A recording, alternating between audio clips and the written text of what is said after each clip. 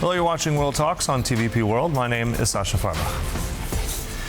The political conflict between Poland and Ukraine is a strategic mistake that will cost both sides. Prime Minister Donald Tusk's warning comes as a diplomatic row between Warsaw and Kyiv continues to deepen, following Polish President Karol Nawrocki's decision to revoke Volodymyr Zelenskyy's Order of the White Eagle, Poland's highest honor, over the glorification of a nationalist military unit from World War II that was responsible for killing tens of thousands of Poles. Now, the dispute has since triggered a wave of return state honors, accusations of political opportunism, and growing concerns about its impact on security, business, and Ukraine's reconstruction. Joining us now is Peter Dickinson, UkraineAlert editor, Atlantic Council, to discuss it further. Good to have you with us. Welcome. Good morning. So a lot of things are happening very quickly. I mean, since that revocation, we've also had three former Ukrainian presidents return their awards, other officials included. But we also heard something conciliatory on Sunday from President Zelenskyy. Just a quote here from X: "Poland and Ukraine cannot be anything but partners and friends." What do you make of that line? What do you make of this current relationship where we are?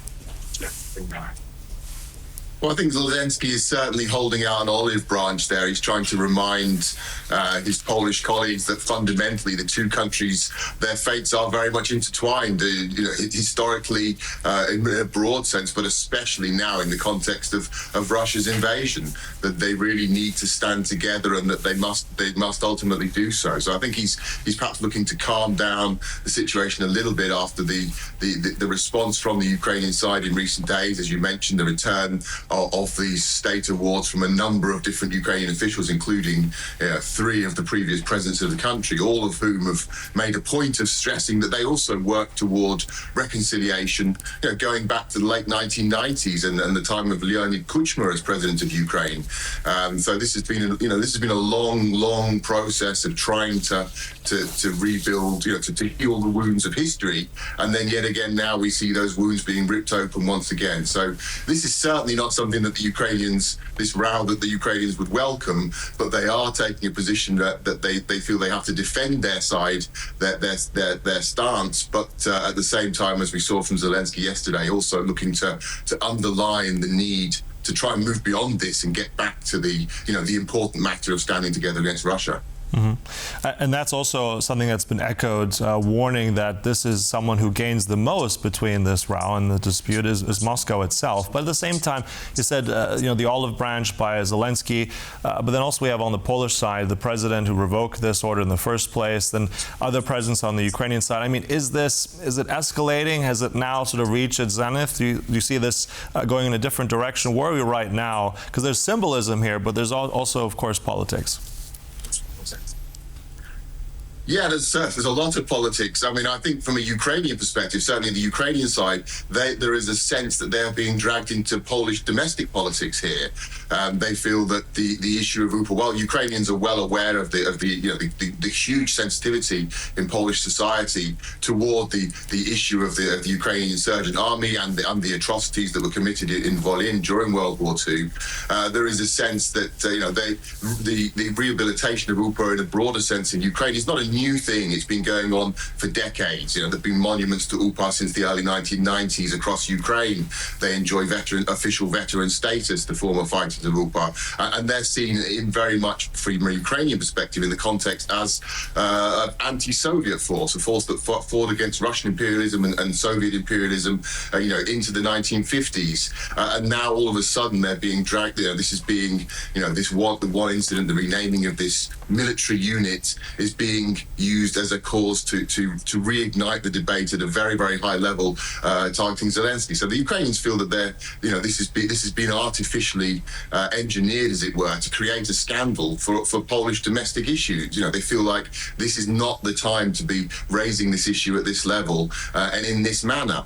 But having said all that, we are talking about symbolism here. We're not talking about any major split in terms of Poland's support for Ukraine. And I think that the Polish president Poland also did make a point of saying this is about memory politics, this is about UPA, this is about respect for Polish losses and recognition of the atrocities that were committed, and it's not about Poland's support for Ukraine today. So, I mean, I think there is also a hope that it won't go down that road. We won't get to the point where there's a major rift in terms of contemporary politics and the Polish position in terms of its support for Ukraine. But it is such a delicate time. But I'm also just curious. I mean, I remember some days ago, even the Foreign Minister of Poland, Mr. Sikorski, also pointed out that there were still other, let's say, holders of the Order of the White Eagle, including Gerhard Schröder, the former German Chancellor, who still retains that award. He has close ties to Putin.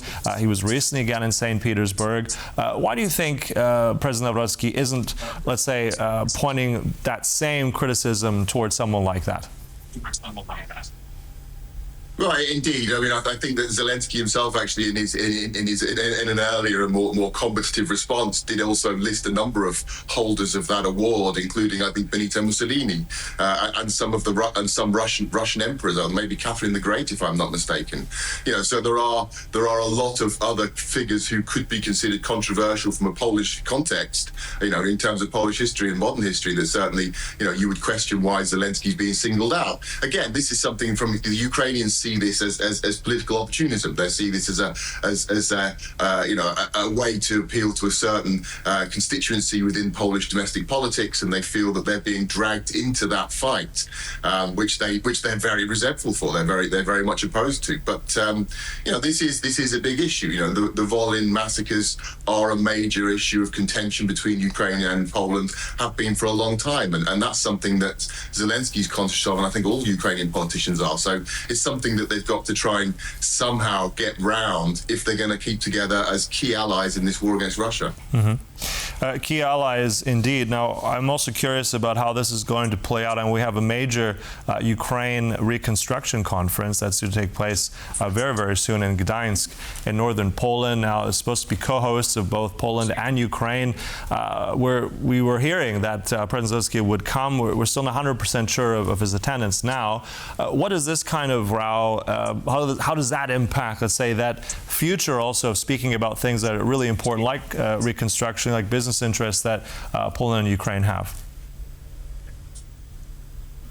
Well, I mean, I think this row will certainly cast a shadow over the reconstruction conference, which is happening this week. It's obviously extremely unfortunate timing in that context, but perhaps it could also be an opportunity. I mean, I'm not sure yet. I don't think we have confirmation yet whether Zelenskyy will attend or not, or whether any senior Ukrainian officials will attend. I would assume some will, but I'm not sure about Zelenskyy personally. But it could well be an opportunity. Maybe they'll use this as a chance to make some specific statements on the issue, to address it and say, look, guys, we need to move beyond this, you know, and to underline the key point, I think, from a Ukrainian perspective, that when Poland and Ukraine fight about the past, the only winner is Russia. That's always been the case. I think that's always been the position in Kyiv, and that's something that I think a lot of people still hold at this point. And a lot of people have noted that, you know, for example, the former Russian President Dmitry Medvedev was clearly gleeful about this row. A lot of Russian official Kremlin television has been giving this row huge coverage. They're obviously enjoying it,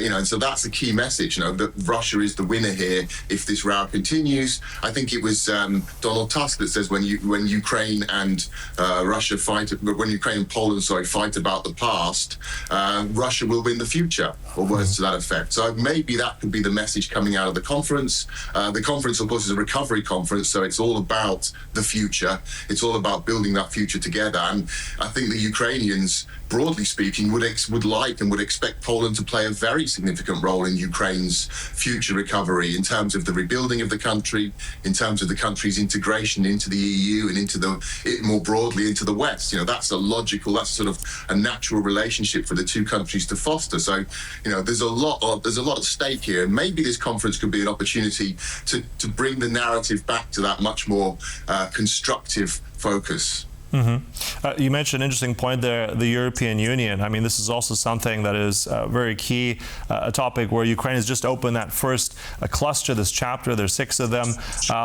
That's significant for many, many reasons. I just want to ask you also what President Zelenskyy has said, kind of hinting at, let's say, further, criticism, also saying that Ukraine has crossed a certain pain threshold for Poland.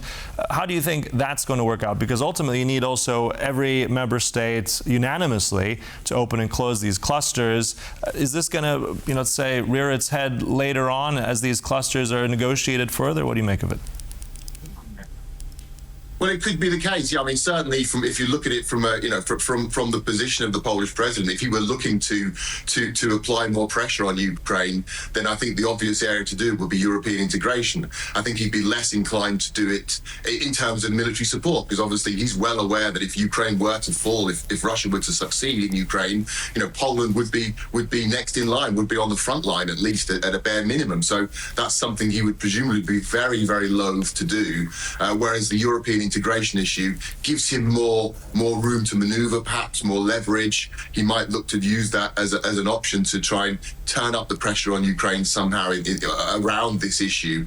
That's something I think the Ukrainians are very conscious of, and they'll be looking for signals perhaps that that's not the case. But there are certainly fears that could well be the option that he would choose. And also we've seen a lot of investment and more strategic dialogue between Germany and Ukraine.